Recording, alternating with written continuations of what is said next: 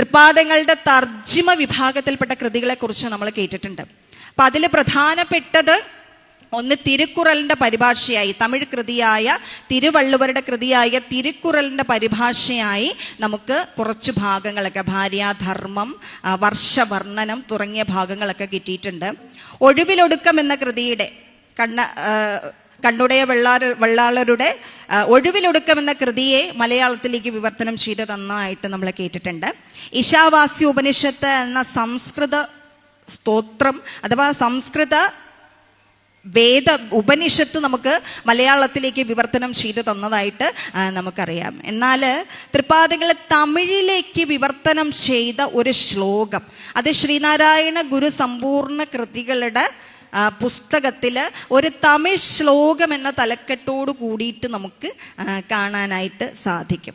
ശ്രീനാരായണ ഗുരു വിവർത്തനം ചെയ്ത് തന്ന ഏക സ്തോത്രം അത് തമിഴിലാണ്. സംസ്കൃതത്തിൽ നിന്ന് തൃപ്പാദകളെ തമിഴിലേക്കാണത് വിവർത്തനം ചെയ്ത് തന്നിട്ടുള്ളത്. കാളിദാസന്റെ ഗംഗാഷ്ടകം, ഗംഗയെയാണ് അവിടെ പ്രകീർത്തിക്കുന്നത്. കാളിദാസന്റെ ഗംഗാഷ്ടകം എന്ന കൃതിയിലെ ആദ്യത്തെ ശ്ലോകം, കത്യക്ഷീണി എന്ന് തുടങ്ങുന്ന ആദ്യത്തെ ശ്ലോകം തൃപ്പാദകൾ നമുക്ക് തമിഴിലേക്ക് വിവർത്തനം ചെയ്ത് തന്നിട്ടുണ്ട്. കൺകളെത്തനേ കരോടിയെത്തനേ കരിപ്പുലിത്തൊലികളെത്തനേ തിങ്കളിൻ കലിവിടങ്ങൾ ചീറുമരവങ്ങളെത്തനേ ചെറിയന്തെഴും കങ്കൈ നീയുമിതുപോൽ കണക്കിലേ നിന്നേരിൽ മൂழ்കുവോരോവെன்றയും ചങ്കരിത്തുയരുമാങ്കു ചമ്പുവിൻ ചരൂപരാകീതു സത്യമേ.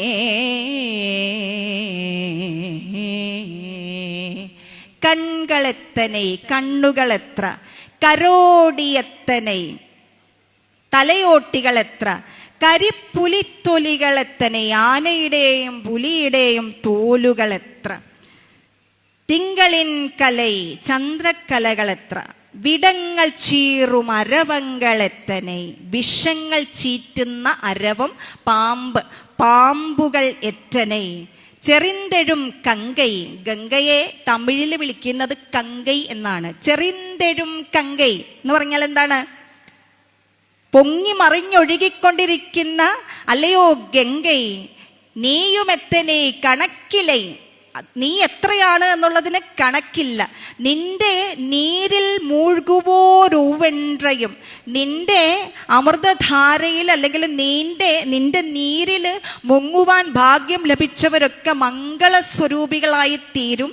ചമ്പുവിൻ പരൂപരാഗീട്, ഭഗവാൻ ശിവന്റെ പാതാരബിന്ദങ്ങളിലേക്ക് വിലയം പ്രാപിക്കും. ഇത് സത്യമേ, ഇത് സത്യം തന്നെയാണ്.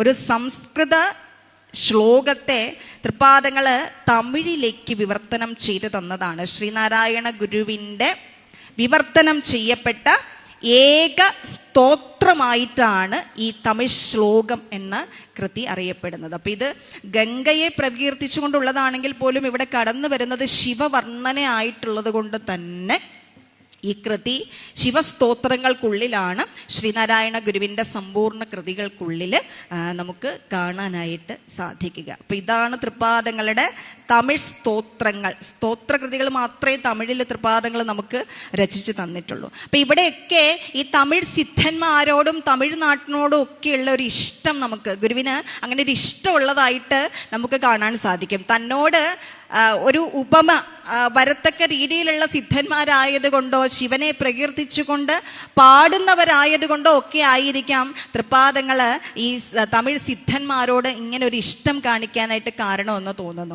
അപ്പം ഇവരുടെ സ്തോത്രങ്ങളൊക്കെ ഗുരുവിനെ വല്ലാതെ കണ്ട് സ്വാധീനിച്ചിട്ടുണ്ട്.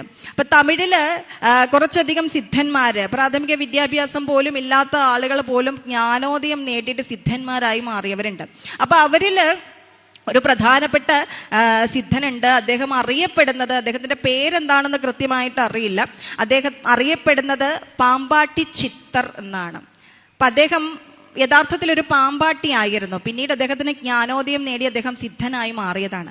പിന്നീട് ഈ പാമ്പിനെ വിളിക്കുന്ന രീതിയിൽ അദ്ദേഹവും ശിവഭക്തനാണ്. അപ്പം അദ്ദേഹം ഇതുപോലെ ശിവന്റെ പാടലുകൾ പാമ്പിനെ വിളിക്കുന്ന രീതിയിൽ ആടുപാമ്പേ ആടുപാമ്പേ ആടുപാമ്പേ എന്ന് വിളിച്ചുകൊണ്ട് പാമ്പിനെ വിളിക്കുന്ന രീതിയിൽ ശിവന്റെ സത്യം എന്താണെന്ന്, പരമ്പൊരുളിൻ്റെ സത്യം എന്താണെന്ന് നമുക്ക് വെളിവാക്കി തന്നിട്ടുണ്ട്. അപ്പം ആ ഒരു രീതി തൃപ്പാദങ്ങളുടെ കുണ്ടലിനി പാട്ടിനുള്ളിൽ കാണാൻ സാധിക്കും.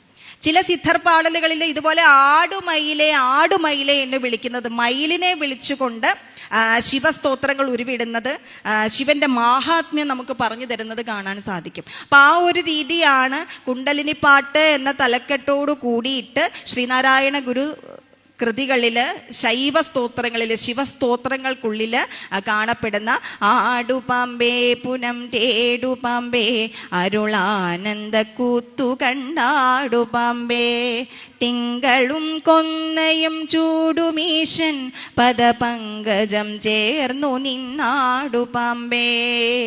ഈ കൃതിയെ രണ്ട് രീതിയിൽ നമുക്ക് വ്യാഖ്യാനിക്കാം. അതിലൊന്ന് എന്ന് പറയുന്നത്, ഇതിൽ പറയപ്പെടുന്ന പാമ്പ് എന്നത് മൂലാധാരത്തിൽ ഉറങ്ങിക്കിടക്കുന്ന കുണ്ടലിനി ശക്തിയുടെ പ്രതീകമാണെന്നും ആ കുണ്ടലിനി ശക്തിയെ ഉണർത്തുവാനായിട്ടുള്ള മാർഗമാണ് തൃപാദങ്ങൾ ഇതിലൂടെ ഉപദേശിച്ചു തരുന്നതെന്നും, മൂലാധാരത്തിൽ 8 ചുറ്റൊടു മോക്ഷമാർഗമടച്ചുമേ വിന കുണ്ടലി കെട്ടറുത്തു കിളർന്നു മണ്ഡലവും പിളർന്നു ഭവത്പദം തുഷ്ടിയോടു പിടിപ്പതിന്നരുളുന്നതെന്നു ഭവാബ്ധിയിൽ പെട്ടുപോകരുതിന്നിയും ഭഗവാൻ ഷൺമുഖ പാഹിമാം. ഇങ്ങനെ ഷൺമുഖ സ്തോത്രത്തിൽ പറഞ്ഞിരിക്കുന്നത് നമ്മൾ കേട്ടിട്ടുണ്ട്.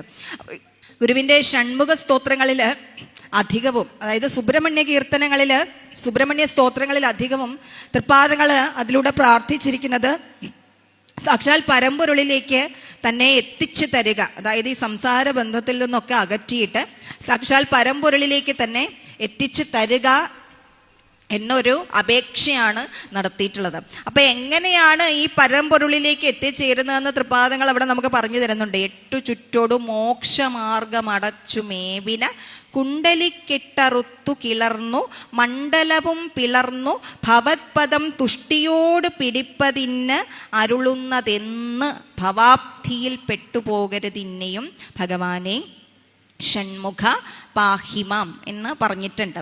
അപ്പോൾ മൂലാധാരത്തിനുള്ളിൽ ഉറങ്ങിക്കിടക്കുന്ന ഈ കുണ്ടലിനി ശക്തിയെ ഉണർത്തിയിട്ട് അതിൻ്റെ ഓരോ ചുറ്റുകളും അഴിച്ച് മനുഷ്യ ശരീരത്തിലെ ആധാരചക്രങ്ങളായ മൂലാധാരം, സ്വാധിഷ്ഠാനം, മണിപൂരകം, അനാഹതം, വിശുദ്ധി, ആജ്ഞ എന്നീ ചക്രങ്ങളിലൂടെ, ആധാരചക്രങ്ങളിലൂടെ അതിനെ കടത്തി വിട്ട് മൂർധാവിൽ സ്ഥിതി ചെയ്യുന്ന സഹസ്രാര പത്മത്തിലേക്ക് എത്തിച്ച് ആ സഹസ്രാര പത്മവും പിളർന്ന് കഴിയുമ്പോഴാണ് ഒരുവന് ഭഗവത് സാക്ഷാത്കാരം, ഈശ്വര സാക്ഷാത്കാരം ഉണ്ടാകുന്നത്.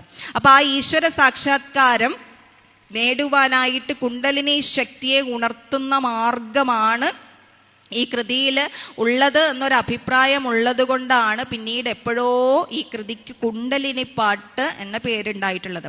പ്രശസ്തരായ വ്യാഖ്യാതാക്കളൊക്കെയും ഈ കൃതിയെ അങ്ങനെ തന്നെയാണ് വ്യാഖ്യാനിച്ചിട്ടുള്ളത്.